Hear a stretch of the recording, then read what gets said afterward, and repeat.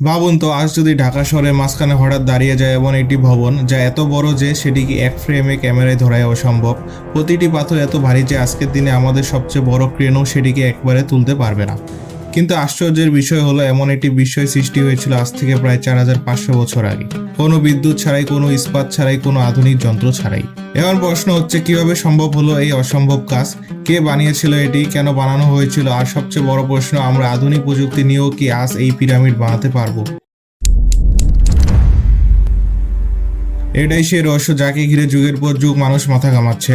প্রাচীন মিশরের ইতিহাসের প্রাচীন প্রতীক এই গিজার মহাপিরামিড। খ্রিস্টপূর্ব 2560 সালের দিকে ফারাও খুফু এই মহাপিরামিড নির্মাণের নির্দেশ দেন। তখন মিশর ছিল পৃথিবীর সবচেয়ে শক্তিশালী সভ্যতাগুলোর একটি। নাইল নদী ঘিরে গড়ে উঠেছিল বিশাল সাম্রাজ্য। কৃষি, জ্যোতির্বিদ্যা, গণিত আর স্থাপত্যবিদ্যায় তখনকার মিশরীয়রা অনেক এগিয়ে ছিল। তাদের বিশ্বাস ছিল ফারাও কেবল একজন শাসক নন, তিনি দেবতাদের প্রতিনিধি। মৃত্যুর পরেও তার আত্মা অমর থাকবে, আর সেই অমরত্ব নিশ্চিত করার জন্য দরকার এমন সমাধি যা যুগ যুগ ধরে অক্ষয় থাকবে। এই বিশ্বাস থেকে শুরু হয় মহাপিরামিড নির্মাণের প্রকল্প। এটি কেবল একটি সমাধি নয়, এটি ছিল এক প্রকার রাজনৈতিক শক্তি প্রদর্শন এবং এর সাথে লাখো মানুষের শ্রম ও ঐক্যের প্রতীক। গিজার মহাপিরামিডে ব্যবহৃত হয়েছিল প্রায় 2.3 মিলিয়ন চুনাপাথর ও গ্রানাইট ব্লক। প্রতিটি ব্লকের ওজন ছিল গড়ে 2.5 থেকে 15 টন। মোট ওজন প্রায় 6.5 মিলিয়ন টন। এখন প্রশ্ন হচ্ছে, এই বিপুল পরিমাণ পাথর কোথা থেকে এলো? প্রত্নতাত্ত্বিক প্রমাণ বলছে বেশিরভাগ পাথর স্থানীয় খনি থেকে আনা হয়েছিল, তবে ভেতরের বিশেষ কক্ষগুলোতে ব্যবহৃত বিশাল গ্রানাইট ব্লক এসেছে প্রায় 800 কিলোমিটার দূরের আসওয়ান থেকে। আজকের দিনে এমন একটি পাথরের ব্লক নদীপথে আনতে হলে লাগবে ট্রাক, ক্রেন আর কার্গো জাহাজ। কিন্তু তারা কিভাবে আনলো? এখানে শুরু হয় রহস্য। ঐতিহাসিকরা ধারণা করেন বিশাল কাঠের নৌকায় নীল নদের স্রোত ব্যবহার করে পাথর পরিবহন করা হতো। এরপর শত শত শ্রমিক একসাথে দড়ি বেঁধে মরুভূমির বালির উপর দিয়ে টেনে আনতো।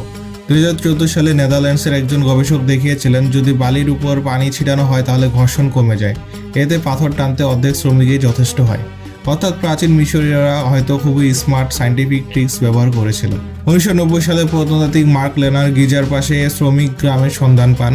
সেখানে পাওয়া গিয়েছিল রুটি বানানোর চুলা, মাছের কাঁটা, এমনকি চিকিৎসার সরঞ্জাম। এটি প্রমাণ করে যে শ্রমিকরা দাস ছিল না, বরং তারা ছিল দক্ষ কারিগর যাদের নিয়মিত খাবার, চিকিৎসা ও থাকার জায়গা দেওয়া হতো। আরেকটি রহস্যময় প্রমাণ হলো 2017 সালে জাপান ও ফ্রান্সের গবেষক দল মিউন রেডিওগ্রাফি প্রযুক্তি ব্যবহার করে পিরামিডের ভেতরে একটি বিশাল গোপন ফাঁকা স্থান আবিষ্কার করেন। এখনও জানা যায়নি সেটি কিসের জন্য, তবে ধারণা করা হয় এটি হতে পারে নির্মাণকালে ব্যবহৃত কোনো র্যাম্পের অংশ।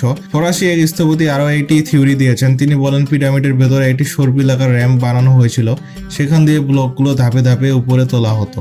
এমনকি কিছু গবেষক বিশ্বাস করেন পিরামিড তৈরির সময় মিশরীয়রা জ্যোতির্বিজ্ঞানের নিখুঁত হিসাব ব্যবহার করেছিল, কারণ চারদিকে দেয়ালগুলোর ঠিক উত্তর, দক্ষিণ, পূর্ব, পশ্চিমের সাথে প্রায় 1 ডিগ্রিরও কম ত্রুটিতে মিল রয়েছে। এখন প্রশ্ন আসছে, তাহলে কি এর পেছনে আরও কোনো অজানা প্রযুক্তি ছিল, নাকি ভিন গ্রহের প্রাণী এসে সাহায্য করেছিল? অনেক কনস্পাইরেসি থিওরি এর পিছনে রয়েছে। এর মধ্যে একটি হলো পিরামিড আসলে এক প্রকার শক্তি উৎপাদন কেন্দ্র ছিল। কেউ কেউ আবার বলেন এটি পৃথিবীর সঙ্গে মহাবিশ্বের যোগাযোগের মাধ্যম। অবশ্য এসবের কোনো বৈজ্ঞানিক প্রমাণ নেই, কিন্তু বাস্তবতা হলো আধুনিক যুগেও এমন নিখুঁত স্থাপত্য নির্মাণ করা অসম্ভব। তাহলে কি প্রাচীন মিশরীয়রা সত্যিই আমাদের অজানা কোনো প্রযুক্তি জানতো? পিরামিড শুধু ফারাওদের সমাধি নয়, এটি ছিল পুরো মিশরীয় সভ্যতার শক্তি ও ঐক্যের প্রতীক। আজকের দিনে আমরা যে ব্রিজ, ফ্লাইওভার, স্কাই স্ক্র্যাপার বানাই সেগুলো কয়েক দশকেই ক্ষয় হয়ে যায়, কিন্তু পিরামিড দাঁড়িয়ে আছে হাজার হাজার বছর ধরে, মরুভূমি, ঝড়, ভূমিকম্প আর যুদ্ধ সত্ত্বেও। ইউনেস্কোর তথ্য অনুযায়ী পিরামিড এখন শুধু ইতিহাস নয়, বরং মিশরের অর্থনৈতিক মেরুদণ্ড। 2022 সালের রিপোর্ট বলছে মিশরের পর্যটন খাত থেকে আয় হয়েছে প্রায় $12 বিলিয়ন। এর বড় অংশই আসে পিরামিড দেখতে আসা পর্যটকদের কাছ থেকে। অর্থাৎ হাজার বছর আগে শ্রমিকদের রক্তঘামে তৈরি স্থাপত্য আজও লক্ষ লক্ষ মানুষের জীবিকা যোগাচ্ছে। আধুনিক ইঞ্জিনিয়াররা সুপার কম্পিউটার ব্যবহার করে হিসাব করেছেন, আজ যদি এমন একটি পিরামিড বানাতে হয় তাহলে খরচ হবে কমপক্ষে $5 বিলিয়ন এবং সময় লাগবে প্রায় 20 থেকে 25 বছর। অর্থাৎ 4500 বছর আগে মানুষ যা করেছে হাতে আর সাধারণ যন্ত্রে, সেটি আজকের উন্নত প্রযুক্তি দিয়েও করতে গেলে বিশাল খরচ আর দীর্ঘ সময় লাগবে। এখানেই আমাদের ভাবতে হবে, আমরা কি সত্যি অতীতের মানুষদের থেকে বেশি উন্নত? একটু চোখ বন্ধ করে ভাবুন, আমরা প্রতিদিন যে বিল্ডিং দেখি, যে মেটেরিয়াল ব্যবহার করি, সেগুলো একদিন ভেঙে পড়বে, মেরামত হবে বা হারিয়ে যাবে। কিন্তু গিজার পিরামিড দাঁড়িয়ে আছে অটলভাবে, আমাদের সভ্যতার সীমাবদ্ধতাকে চোখে আঙ্গুল দিয়ে দেখিয়ে দিচ্ছে। আজ থেকে 4500 বছর পর আমাদের আধুনিক সভ্যতার কোন স্থাপত্যটি টিকে থাকবে বলে আপনি মনে করেন? কমেন্ট বক্সে জানান।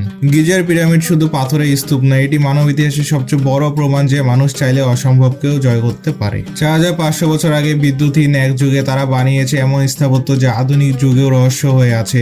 এটাই আমাদের শেখায় প্রযুক্তি যতই এগিয়ে যাক, মানুষের ঐক্য, সৃজনশীলতা আর স্বপ্নই সবচেয়ে বড় শক্তি। আপনারা কি মনে করেন, পিরামিড কি শুধুই মানব শক্তির বিষয়, নাকি এর পেছনে লুকানো আছে আরও গভীর কোনো রহস্য?